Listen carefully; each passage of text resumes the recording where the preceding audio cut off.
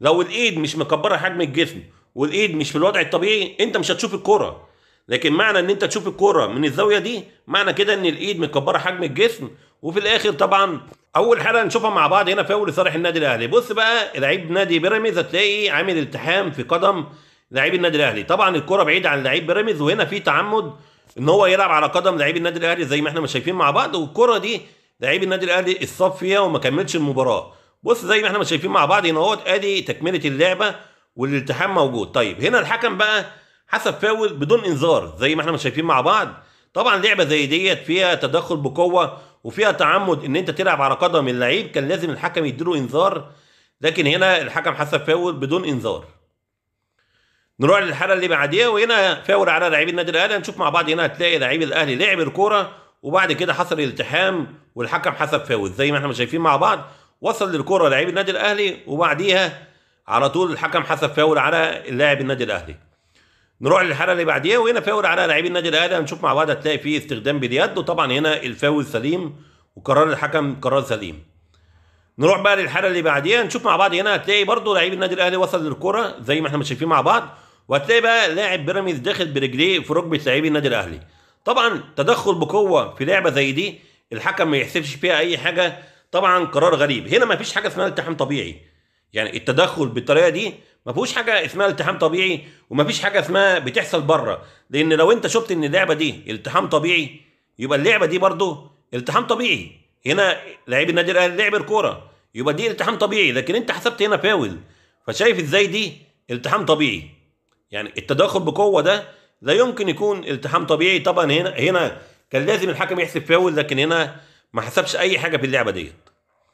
نروح للحاله اللي بعديها وهنا فاول لصالح النادي الاهلي. هنشوف مع بعض هتلاقي لاعب بيراميدز ماسك بايديه الاثنين لاعبي النادي الاهلي وطبعا هنا الفاول سليم لكن كان لازم يديله انذار. هنا المسك موجود انت ماسك اللاعب بايديك الاثنين. ما اعرفش ازاي لعبه زي دي ما ياخدش فيها انذار. نروح للحاله اللي بعديها وهنا بقى كان لاعبي النادي الاهلي بيطلب بضربه جزاء. نشوف مع بعض حاجه مهمه جدا. هنا طبعا يد اللعيب مش في الوضع الطبيعي. هنا اليد مكبره حجم الجسم زي ما احنا مش شايفين مع بعض. طبعا اللعيبه في الطبيعي جوه خط ال 18 بيحط ايده ورا ظهره. لكن هنا اللاعب ايديه مكبره حجم الجسم. لو الايد مش مكبره حجم الجسم والايد مش في الوضع الطبيعي انت مش هتشوف الكوره. لكن معنى ان انت تشوف الكوره من الزاويه دي معنى كده ان الايد مكبره حجم الجسم. وفي الاخر طبعا الحكم ما حسبش ضربه جزاء للنادي الاهلي زي ما احنا مش شايفين مع بعض. هنا بقى ممكن واحد يقول لك يا عم الكوره دي بتحصل بره وما بتتحسبش حاجه. ماشي لكن هنا في مصر بتتحسب ضربه جزاء. نروح للحاله اللي بعديها وهنا فاول لصالح النادي الاهلي. هنشوف مع بعض هتلاقي فيه تدخل بقوه من لعيب بيراميدز مع لعيب النادي الاهلي.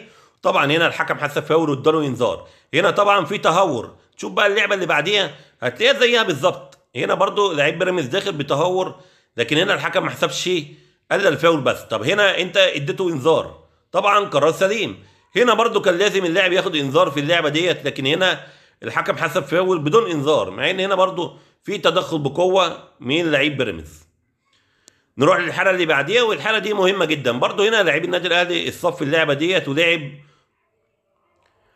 نروح بقى للحاله اللي بعديها والحاله دي مهمه جدا. هنا لعيب النادي الاهلي اتصاب في اللعبه دي وما كملش المباراه. شوف مع بعض هنا هتلاقي لاعب بيراميدز اولا ما لعبش على الكوره. بص الكوره بعيد. هنا لعب على قدم لعيب النادي الاهلي. طيب هنا في تعمد ولا ما فيش؟ طبعا في تعمد. التعمد موجود. انت هنا ما بتلعبش على الكوره بتلعب على قدم لعيب النادي الاهلي يبقى لازم مع اللعبه دي انذار. لكن هنا الحكم حسب فاول بدون انذار مع ان انت طالما حسبت فاول يعني شفت المخالفه. فطالما شفت المخالفه وفيها تعمد لازم تديله انذار ده الطبيعي. لكن برضه هنا الحكم ما ادالوش انذار.